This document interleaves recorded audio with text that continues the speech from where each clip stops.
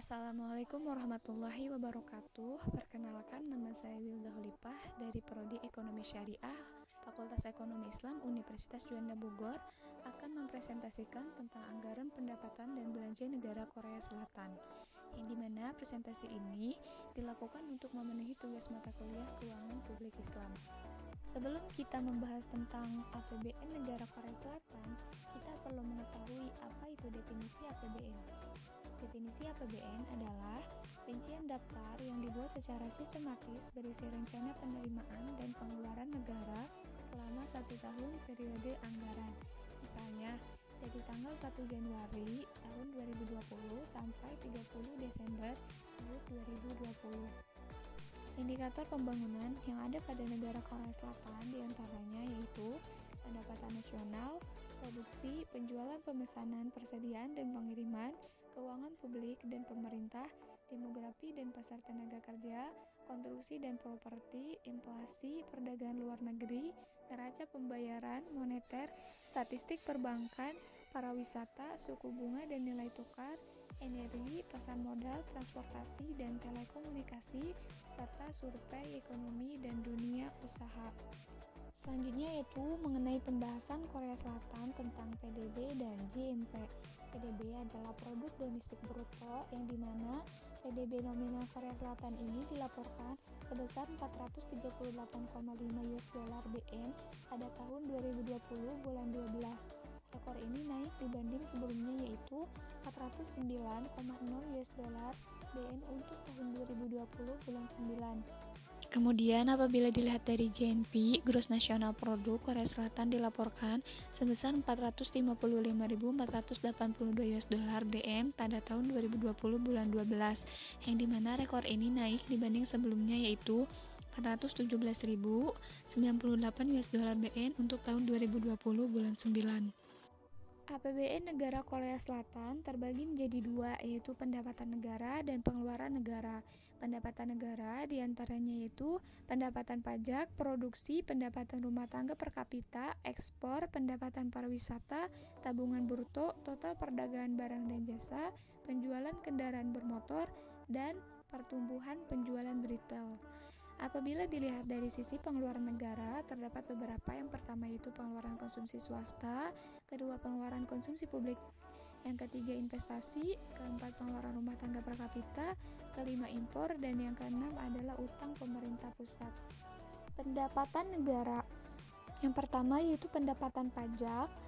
Penghasilan pajak Korea Selatan dilaporkan sebesar 12.544 US dollar BN pada tahun 2020 bulan 11, yang dimana rekor ini turun dibanding sebelumnya yaitu 34.185 US dollar BN untuk tahun 2020 bulan 10.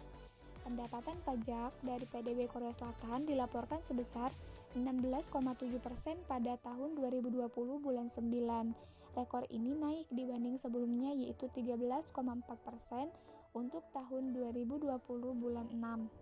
Yang kedua yaitu pendapatan negara dilihat dari produksi. Produksi mineral Korea Selatan dilaporkan sebesar 5.491.822.000 metrik ton pada tahun 2018.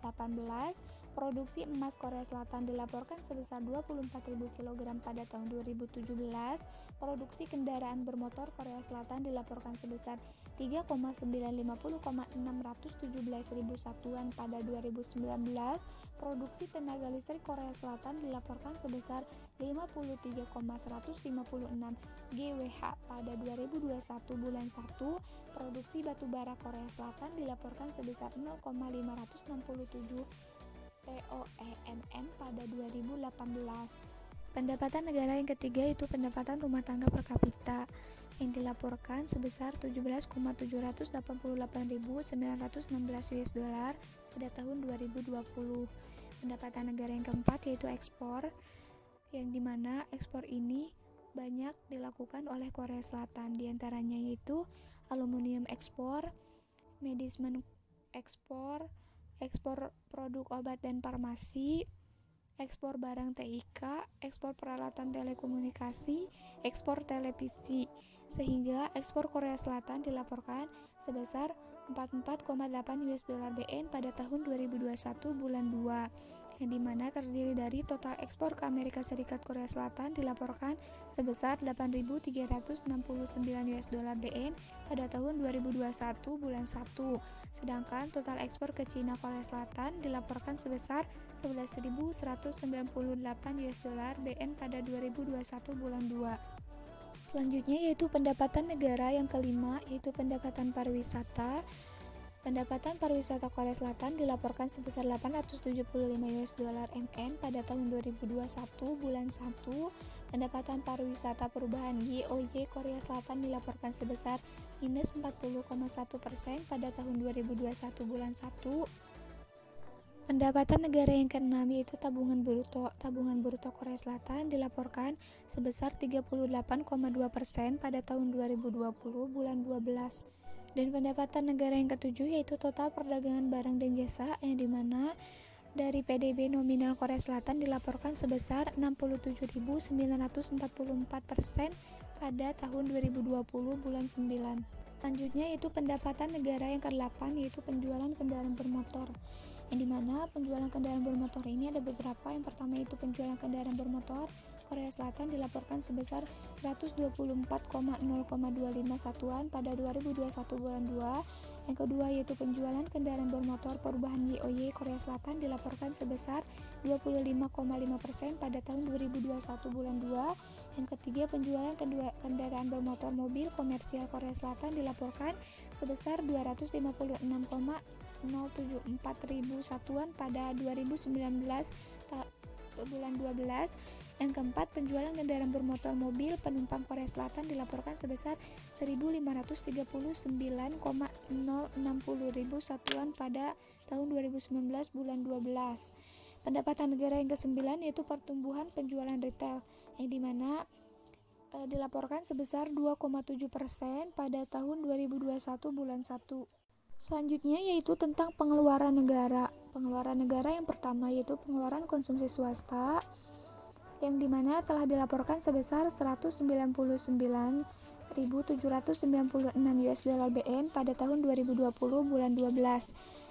Konsumsi pribadi dari PDB Korea Selatan dilaporkan sebesar 45,2% pada tahun 2020 bulan 12. Pengeluaran negara yang kedua yaitu pengeluaran negara konsumsi publik, yaitu pengeluaran konsumsi publik Korea Selatan dilaporkan sebesar 78.501 US dollar BN pada tahun 2020 bulan 12. Konsumsi publik dari PDB Korea Selatan dilaporkan sebesar 17,2% pada tahun 2020 bulan 12. Sedangkan pengeluaran negara yang ketiga yaitu investasi. Investasi dari PDB Korea Selatan dilaporkan sebesar 31,7% pada tahun 2020 bulan 12. Investasi langsung di luar negeri Korea Selatan dilaporkan sebesar 2,2 US dollar BN pada tahun 2021 bulan 1. Investasi langsung asing dari PDB Korea Selatan dilaporkan sebesar 1,1% pada tahun 2020 bulan 12. Investasi portofolio asing dari PDB Korea Selatan dilaporkan sebesar 2,2% pada tahun 2020 bulan 9.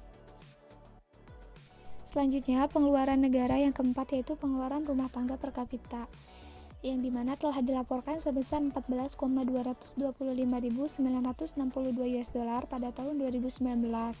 Pengeluaran negara yang kelima yaitu impor. Impor Korea Selatan dilaporkan sebesar 44,6 US dollar BN pada tahun 2020 bulan 12. Impor medikamen Korea Selatan dilaporkan sebesar 4,263,129.055 US dollar pada tahun 2019. Impor produk obat dan farmasi sebesar 3.397.796,99 US dollar pada 2019. Total impor dari USA Korea Selatan dilaporkan sebesar 4.360 US dollar BN pada tahun 2020. Total impor dari Cina Korea Selatan dilaporkan sebesar 10.751 US dollar BN pada tahun 2020.